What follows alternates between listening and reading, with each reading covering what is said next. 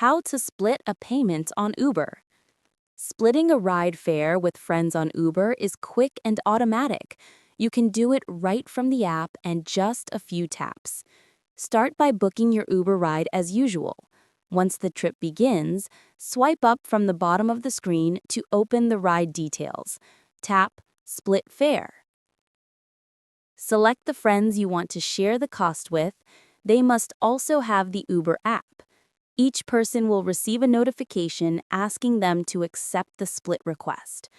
After they confirm, Uber automatically divides the fare evenly between everyone. Each rider's share will be charged to their own payment method. You'll see the split confirmation on your trip receipt after the ride ends.